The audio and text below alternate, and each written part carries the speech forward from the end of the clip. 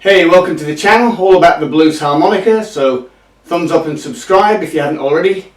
Today, how to improvise. How to improvise what I would class as the correct way or the definitive starting point.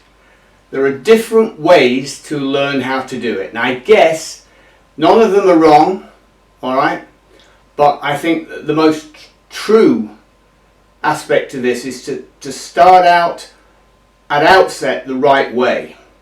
I don't see anybody on YouTube telling people how to improvise the way I'm about to tell you.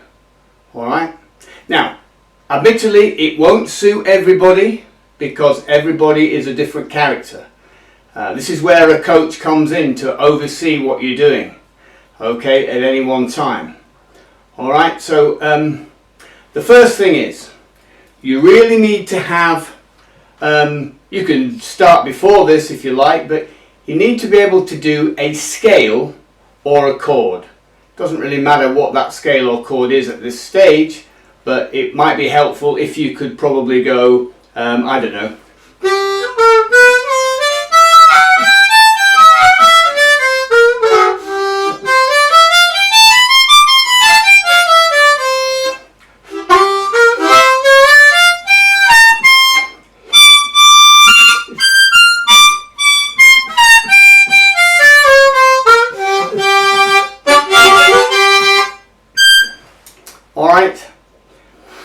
Alright, I just did a couple of major scales there and a blues scale through the octaves in second position.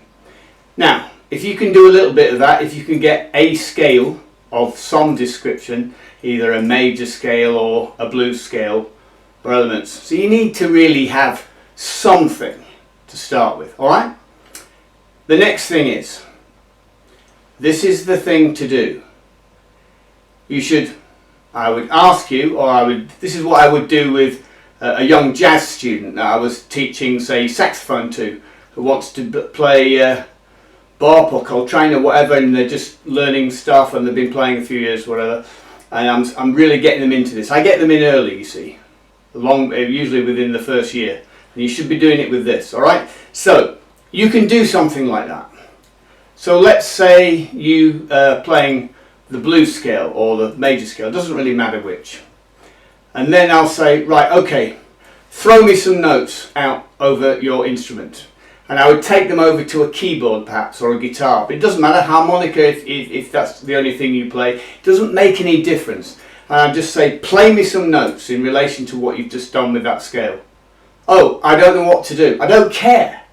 I don't care. Throw some notes out. Don't think, just throw. Okay, just throw it out. I demand that they do it without thinking. And it should not be a hesitation, you know. When the green light's on, you're ready to pull your chute or you're ready to free fall, you're out the door. No hesitation. Okay? And they should just throw some notes out. And the next step is, I'll ask them to play their scale or their chord again. And then I'll ask them to throw a few notes out again. But I don't want them to throw out the notes randomly the same way they did the first ones. But I don't want them to think. Alright? Now that is the very first stages of improvisation. No, this isn't designed to make you an improviser, or you've got to learn all your scales and chords, do all these different things and listening and all the rest of it. But there's a fundamental reason why you have to give that to the young person, or no matter what age you're starting as an improviser. There's a fundamental reason why you do that. Alright? Probably obvious to a lot of you, but it's because you have to be able to free up and wing it at certain points. You have to. Alright? Now, for the fullness of time, if you do that a few times, and there's a little technique that I show my people that come to me what I would do with that, so they can oversee it for themselves. Alright? And then we start doing this with phrases, with lines, with tunes, with everything. And that is one way. It's not the definitive way. It's not. There's a lot of different ways of coming about it that I show. Alright? Lots of. But this is the most crucial. Now, my method of doing that is important, because you've got to feel that you can always go into that mode, no matter how controlled you might be at a certain point, so that you will learn to react off them. And if there's no reaction from them, you're playing with a bit of a duff rhythm section, you can react off an audience, or you can react off yourself, or you're looking for a phrase. And there's lots of different techniques you use to develop to try and bring things to the fore. Alright? And that's for further on down the road. But this is a method to get people into that way. So the next thing is to put some very sparse rhythm through things. And this comes obviously from listening. In the jazz world we have to really listen. In blues you still have to listen well, okay, to get your vocabulary, so that then you can mix and match and make up your ways of doing things. I mean, we all hear people going, and they play these little figures, don't they? There's no music in that, is there? Now listen.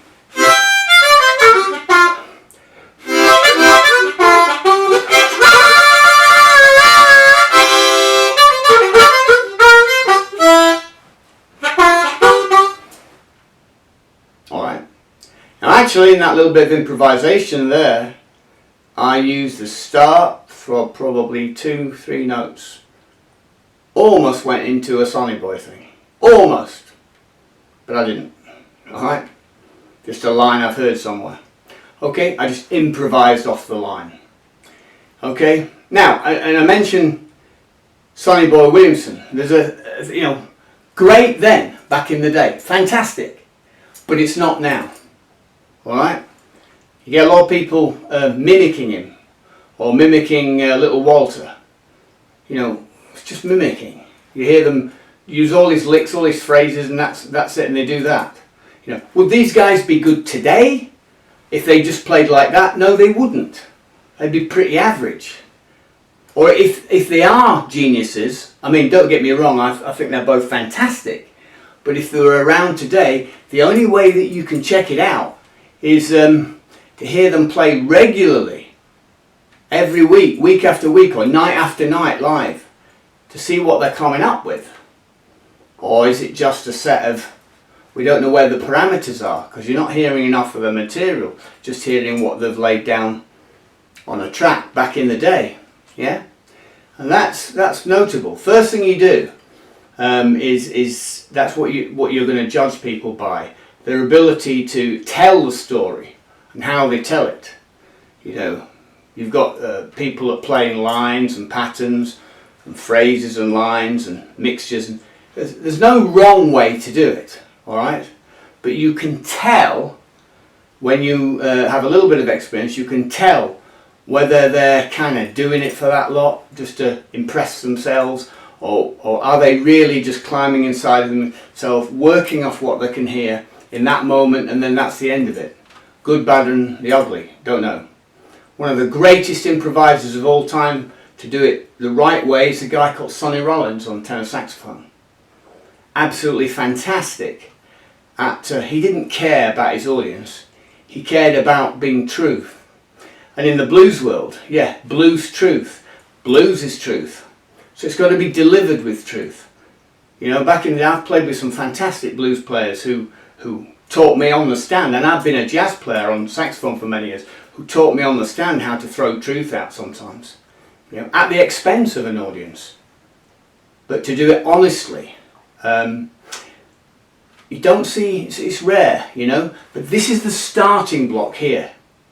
So if you can pick up anything from me here, you've got to be able to throw things away completely. Even when you get to be really very, very proficient, and then you work your way how to be able to throw it from that, to be able to bring it back into line for an audience, from tension and release, and be able to pull it back. And there's another skill there. Alright, so I hope you've got something out of this, some tips of this. Thumbs up and subscribe, as I say. You get me for lessons on Harpo the Healer Wix. Also, there's some podcasts, all different subjects, maybe finding of interest. There'll be a link in the description below.